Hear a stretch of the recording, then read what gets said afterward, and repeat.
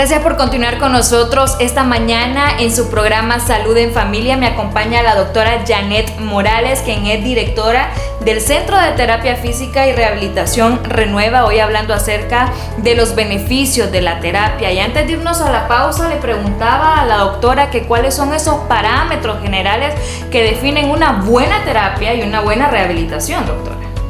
Bueno, en primer lugar, considero que de inicio es la parte médico-paciente, en el que el médico le permite al paciente expresar su patología o su enfermedad y abordarlo de una manera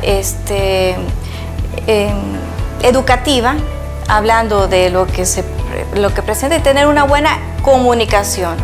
De ahí, pues, explicarle al paciente en qué consiste su estado actual, ¿verdad? Y qué beneficios o qué terapia se le puede brindar al paciente en base a lo que esté padeciendo. Y ser, yo diría que bastante franca y honesta con el paciente para que pueda él saber a qué puntos podemos llegar. Porque en rehabilitación se habla también de un plan de corto, mediano y largo plazo. Y dependiendo, como le digo, cada patología es diferente, hablar con el paciente de una forma, pues, sencilla y explicarle, ¿verdad?, todo lo que conlleva y lo que es la terapia. Por eso es importante, en algunas ocasiones son remitidos a los centros de rehabilitación, en otras pues viene la persona y dice, no, yo considero que voy a comenzar este proceso de terapia, rehabilitación, voy a ir, por decirlo así, al Centro de Rehabilitación Renueva. Cuando viene el paciente acá por su cuenta, entonces me imagino que el primer paso es un estudio. Es una entrevista médica, exactamente, un historial médico clínico, donde el paciente expone y se evalúa de una forma completa. Igual, si hay imágenes, pues uno se apoya con ello y de esa manera se le explica las condiciones, el porqué de tal o cual cosa, y de esa manera pues explicarle también en qué consiste la terapia, en qué parámetros podemos observar mejoría y avance, ¿verdad? Porque la persona va avanzando tanto en su plan de tratamiento en Renueva como también en casa, porque en casa también se le da un plan para que continúe la rehabilitación. Entonces, trabajamos de forma interdisciplinaria, tanto el paciente, el médico, como nuestras terapistas, que todos con ellos pues hacemos un equipo. La disciplina es vital. Sí, claro. Y también la comunicación que podamos tener también con el médico remitente, si hubo, porque me gusta a mí también de tener esa comunicación con el médico y que el médico que lo ha remitido vea el avance y cuáles son nuestras metas y programas que tenemos con el paciente. ¿Cuáles son los estándares de calidad que les definen a ustedes con el paciente?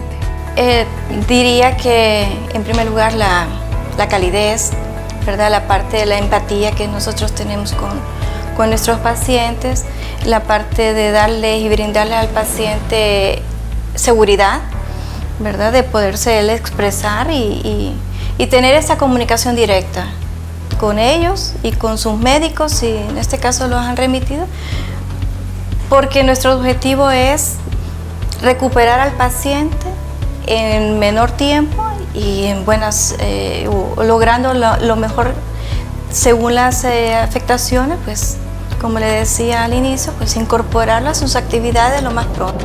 Hay una esperanza para los pacientes cuando llegan a este lugar y me imagino que ustedes les ayudan también con esa área emocional.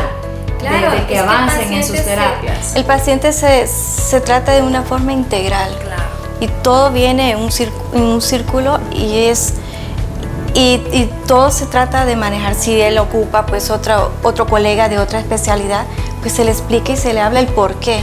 Entonces tratar de ser bien explicativos, abiertos y, como le digo, porque el interés es recuperar a la persona para que pueda tener una calidad de vida lo mejor que se pueda, ¿verdad?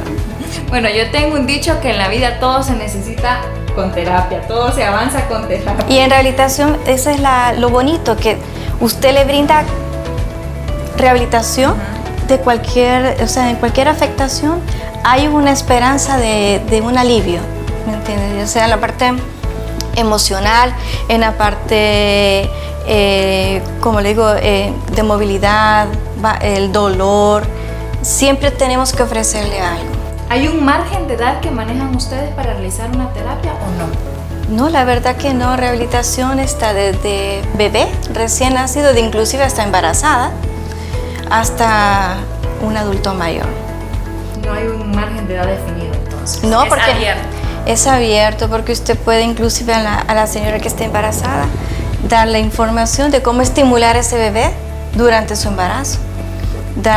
Cómo, ya que el bebé esté, cómo ayudarlo a que tenga una estimulación temprana para que logre sus pasos apropiados, estimulación cognitiva, y como le digo, se maneja en toda la área de edades.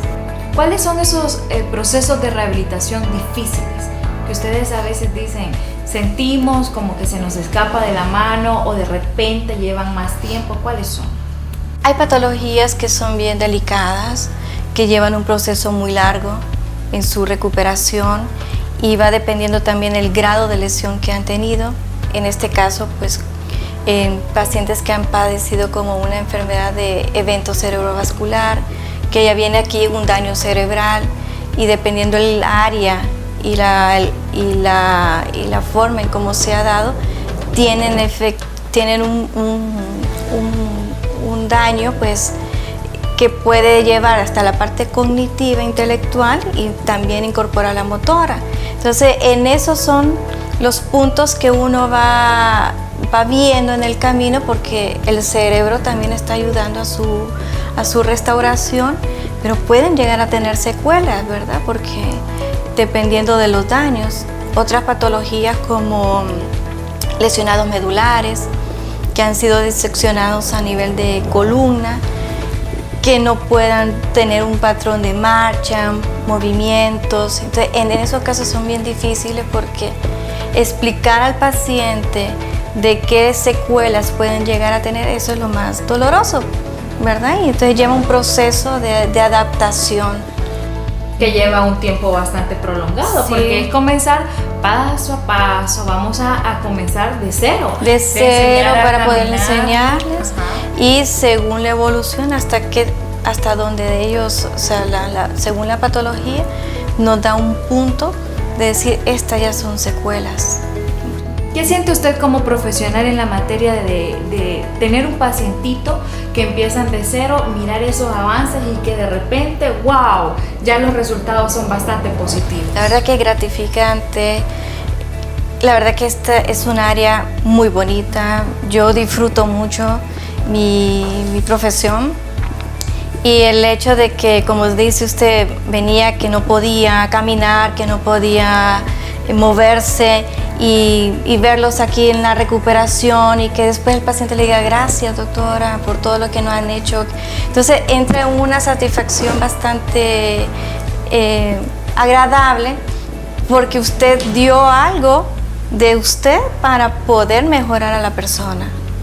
Y usted siente como profesional también que ha valido la pena esos años de estudio, esos años de práctica, esos años de esfuerzo. Y hoy en día eso es lo que necesitamos realmente, doctora.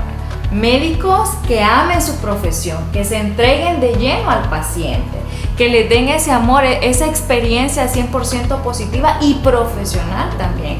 Hablamos en muchos de mis programas la ética que tiene que tener el médico con el paciente. Todo eso, yo sé que usted tiene a cargo personas, tanto aquí como en el Seguro Social, porque está allá, y es parte del mensaje que tienen que llevar a diario y transmitirle a su gente.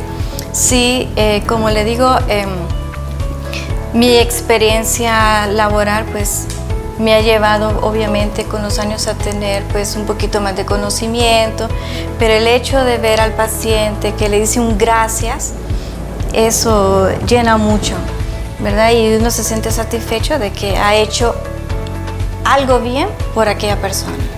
Hablamos también de la demanda, doctora, hoy en día, de la parálisis facial, de los derrames.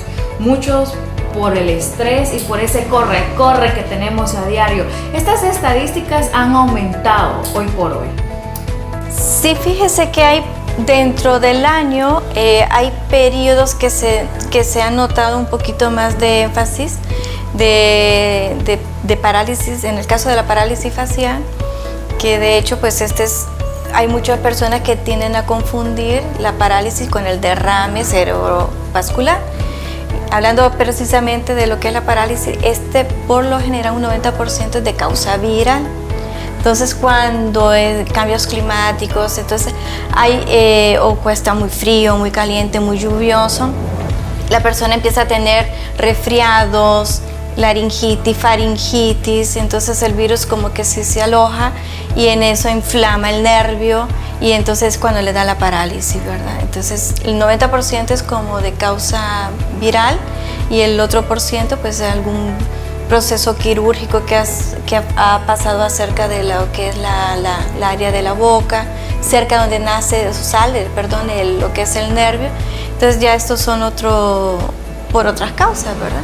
Y se va relacionado también porque hay un gran número de personas que por su estrés laboral, familiar, hay una inmunosupresión, baja las defensas, el virus se activa, entonces queda ahí el virus de alguna manera y inflama el nervio y causa la parálisis. Excelente saberlo. Hacemos una pausa, al regresar usted me explica paso a paso lo de la terapia neural. No nos cambie, ya volvemos con más información esta mañana en su programa Salud en Familia.